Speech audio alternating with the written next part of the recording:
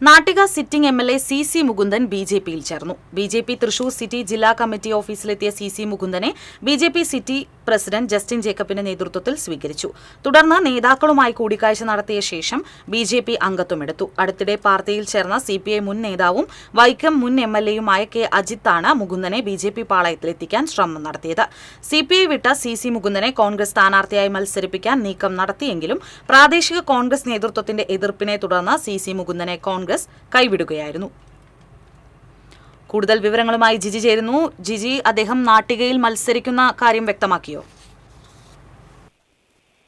സൂര്യ, നാട്ടികയിൽ മത്സരിക്കുമെന്ന് ഔദ്യോഗികമായി പ്രഖ്യാപിച്ചിട്ടില്ലെങ്കിലും മത്സരിക്കാനാണല്ലോ താൻ ബി.ജെ.പിയിൽ ചേർന്നതെന്നാണ് മുകുന്ദൻ പറയുന്നത്.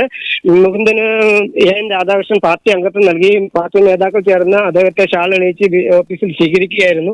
മത്സരിക്കാൻ വേണ്ടി തന്നെയാണ് പാർട്ടിയിൽ ചേർന്നത് എന്നാണ് അദ്ദേഹം പറഞ്ഞിരിക്കുന്നത്. ഔദ്യോഗികമായി പ്രഖ്യാപിച്ചിട്ടില്ലെങ്കിൽ കൂടി തന്നെ കോൺഗ്രസ് തങ്ങളെ വഞ്ചിക്കുകയായിരുന്നു എന്നാണ് മുകുന്ദന്റെ കൂടെയുള്ളവർ പറയുന്നത്.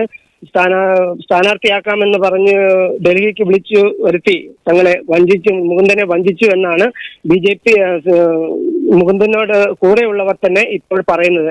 എന്നാലും സ്ഥാനാർത്ഥി പ്രഖ്യാപനം ബി.ജെ.പി ഔദ്യോഗികമായി നടത്തിയിട്ടില്ലെങ്കിലും സ്ഥാനാർത്ഥിയായി തന്നെയാണ് താൻ ബി.ജെ.പിയിലേക്ക് ചേർന്നിരിക്കുന്നത് എന്നാണ് ഇപ്പോൾ മുകുന്ദൻ വ്യക്തമാക്കിയിരിക്കുന്നത്.